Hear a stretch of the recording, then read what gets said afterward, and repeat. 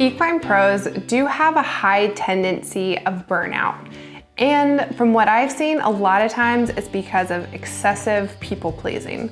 Now, don't get me wrong, the equine industry is a service industry.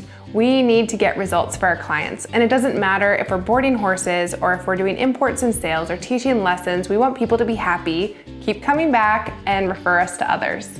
So naturally, oftentimes that leads to excessive people pleasing. And more pros are it's more common for some compared to others. So for me, let's be honest, I'm a little bit of a people pleaser, and I have to be very clear with my own personal boundaries. This is why I stopped pleasing everyone as a trainer. Something clicked in my mind and really made a big shift. And if you're a current trainer right now, or if you're thinking about a pro career, I want you to be thinking about these right now. 1, you can't be everything to everyone. Most professionals try to do it all. And if they're not riding at the top of the sport and have that string of horses, they feel a little insecure and they kind of downplay who they're serving. And for me, I had to get really confident in who I serve and the niche I serve. No, I have not ridden to the top of the sport yet, but I know what I can do extremely well. I can introduce horses and riders to the sport of eventing and dressage as well, and do it in a safe, fun, super professional way. And I became very confident in that niche. If a young rider is looking to make young riders and looking to make the US team someday, and they're ready and they are riding at a certain level, I'm not the best person for them. And just knowing who I do and do not serve has given me so much relief. And I don't have great patience for super beginners either. So again, I focus on the niche that I really enjoy, which is the teens and adult amateurs. That's where I want to be, that's where I want to serve.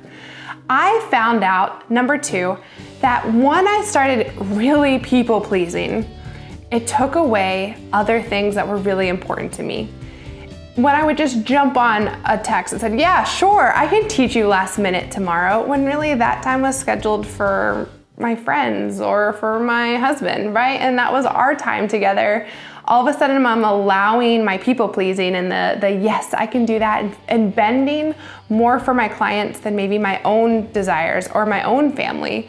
And so I realized that needed to stop, and creating really clear boundaries and saying, no, I'm sorry, I can't. But hey, I would love to help you, and I am available this and this time. And it might not be tomorrow, but the right clients will wait for you.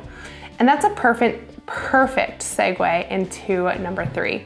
So I have a teaching training business where I'm a traveling instructor. And I realized that at one point, particularly in the beginning, I was just running ragged, like literally running all over the county, lesson to lesson, lots of time in the car, this and that. By the way, dual career professional here, so I have other things going on in my life, and I was just running myself ragged, getting to everyone to fit their schedules and their timing. And what I found, I made a change, and I made a requirement where if I was traveling a certain amount of mileage, then I would need a certain number of lessons. So I'm not going to travel beyond my area more than 10 miles for one person. It needs to be 2 people or in a group, and they needed to figure, if they wanted me there, they needed to figure that out or help me figure it out for them. But work together on that. And so if I was traveling less and kind of made that boundary and it said, these are the days that I'm coming out to you and I can't do much more than that, what happened is that there were some clients that left. Like we just didn't fit anymore because I had made that boundary. But what then happened was I had more time and energy to really serve and invest in the clients that were are a great fit for me. And that has really paid off because 1, I feel so much more refreshed. And the people who are a great fit, it's easy. It's not this load and I feel like I'm burning myself out.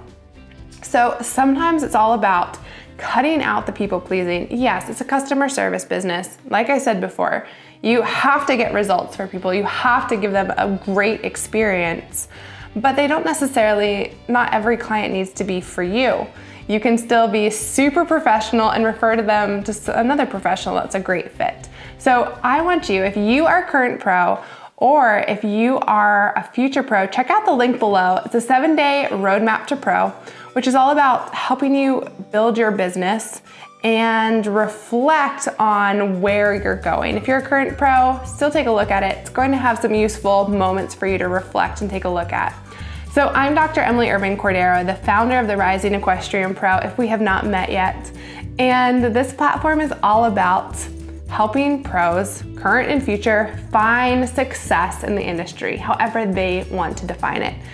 We're gonna just pull back the curtains in this platform, pull back those curtains. How do successful professionals do it? And help guide you in those steps. And when things get a little tough, like you realize you're being too much of a people pleaser, giving you the confidence to step back, reflect, and make the choices and decisions you need in your business to keep your sanity and achieve your riding goals. That's why we're in this. And by the way, yeah, a livelihood too. We want to buy groceries and pay for health insurance and things like that. So I will talk to you next time. If you haven't already, follow the channel. Lots of good stuff on here and lots of good stuff to come.